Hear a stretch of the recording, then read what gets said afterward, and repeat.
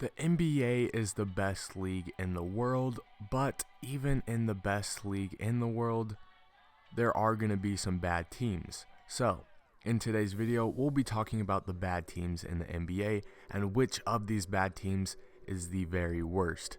Let's get right into it. Real quick before we get started, if you are a fan of one of the teams in this video, don't get butthurt. You know they're bad. You know that your team is one of the worst teams in the NBA, and you should probably agree with me when I point out their flaws. But anyways, without further ado, let's get on to the first team, which is the New York Knicks. The New York Knicks, for most of the 2000s, have been a very bad team. They have not been very good, and in recent years, they have been even worse than they were 10 years ago, 15 years ago, which they were pretty bad back then too.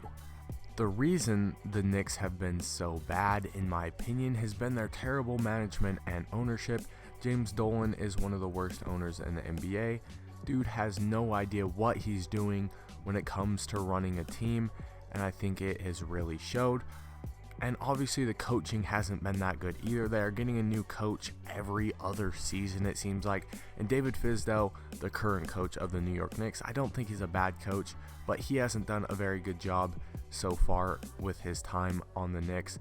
And maybe it's not even him. Maybe it's the ownership kind of controlling him and not letting him do his thing.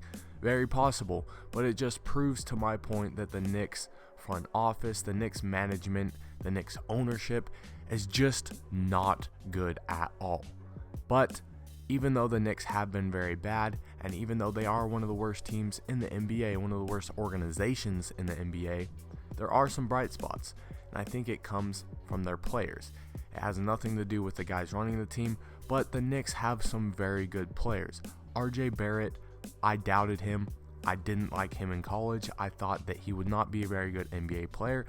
So far, this season and his rookie season, he has proved me wrong. He's looked very good, and I think that this is a bright spot for the Knicks. I think that they have other young players that they can develop, like Frank Ntilikina, the dude in my profile picture, like Kevin Knox. They have other guys, Mitchell Robinson. The Knicks have a lot of young talent, and I think that if they get some different management, if they get some guys who can actually develop and make good decisions when it comes to team personnel, I think that the Knicks won't be one of the worst teams in the future. The next bad team that we will be talking about is the Golden State Warriors, and the fact that they were in the NBA championship last year and they are now one of the worst teams in the NBA is absolutely insane, thinking that they went from the top to the very, very bottom. But looking at their situation right now and looking at the players that they have, the position that they are in, it's kind of understandable. Obviously, KD left, top 3 player in the universe left the Golden State Warriors organization. Steph and Klay, 2 top 20 players. Steph is probably top 5, not playing right now because they are injured, and Steph is injured for the most of the season. Klay is injured for all of the season, so that's their 3 best players from last year not on the team right now. Draymond has been garbage so far this season, and obviously he's their 4th best player. He's been garbage, like I said, and he hasn't been 100% healthy this season. So even their 4th best player hasn't been very good. They added D'Lo. He's also been not 100% healthy so far this season.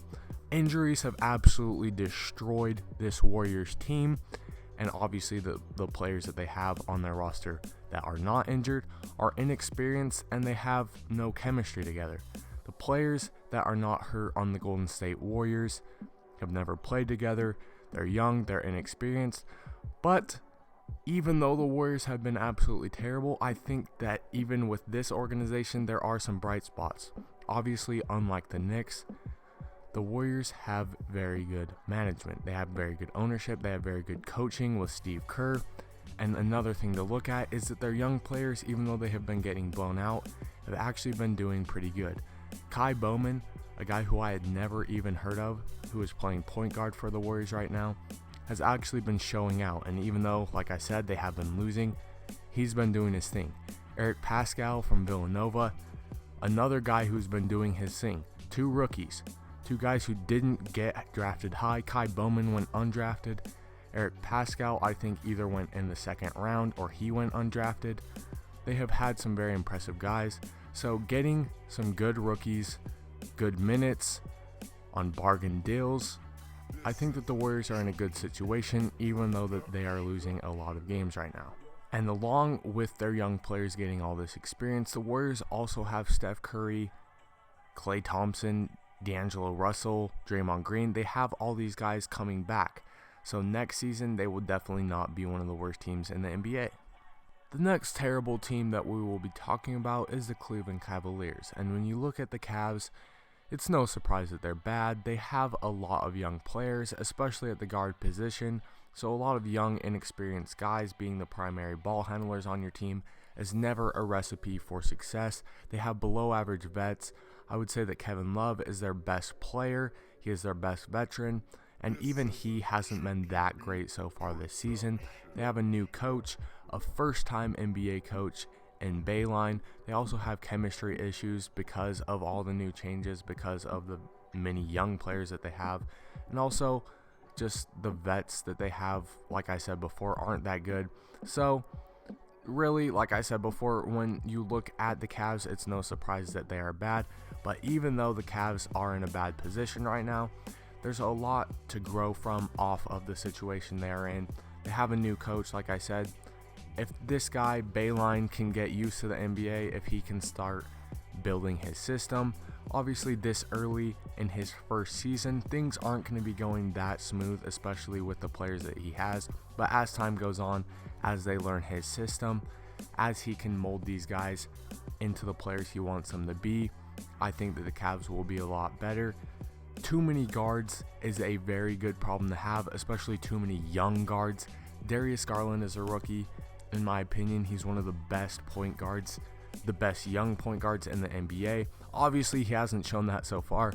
I think that he has the potential to become one of the best point guards in the NBA if he can improve a little bit more.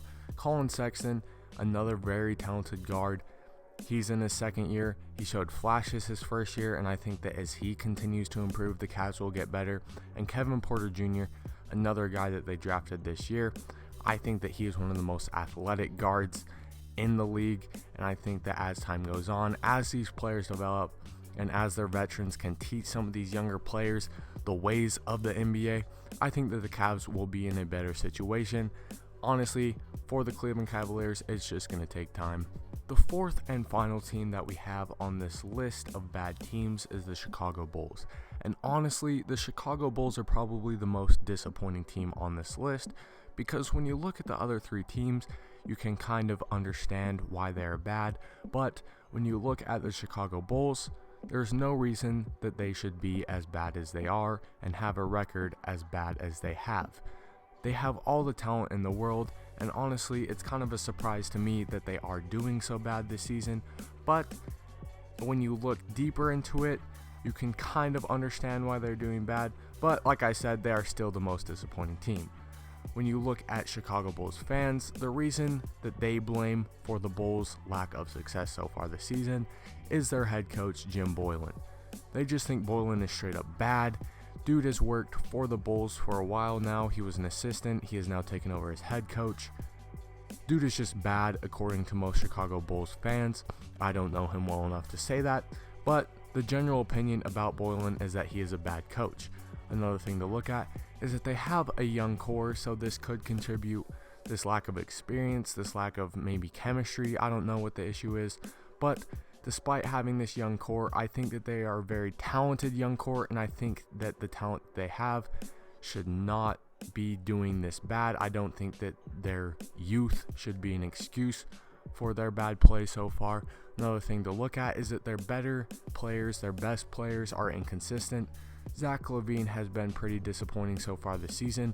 Not that he has been bad, but he doesn't show up every game. He shows up when he wants to. He shows up at certain moments, but sometimes he disappears. Sometimes he disappears in big moments. Lauri Markkanen, one of my favorite players on the Bulls, has also not been very good. He's been inconsistent, hasn't shown up every game, much like Zach LaVine. Otto Porter, a guy who they gave a huge contract to, has not really done anything for the Chicago Bulls. Dude has been kind of a waste of a contract. They gave him a ton of money. Like I said, hasn't done anything for them so far. There's just a lot of things that are not living up to expectations for the Chicago Bulls. And like I said, they're just the most disappointing team because they're not living up to expectations. In my opinion, even though I said that the Chicago Bulls are the most disappointing team, I definitely don't think that they are the worst team.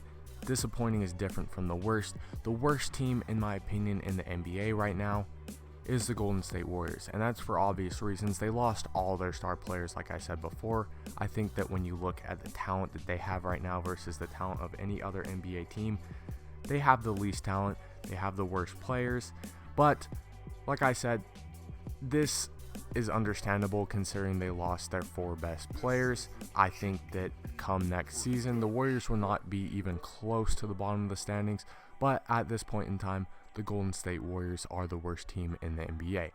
Thanks for watching. Please leave your thoughts on who the worst team in the NBA is.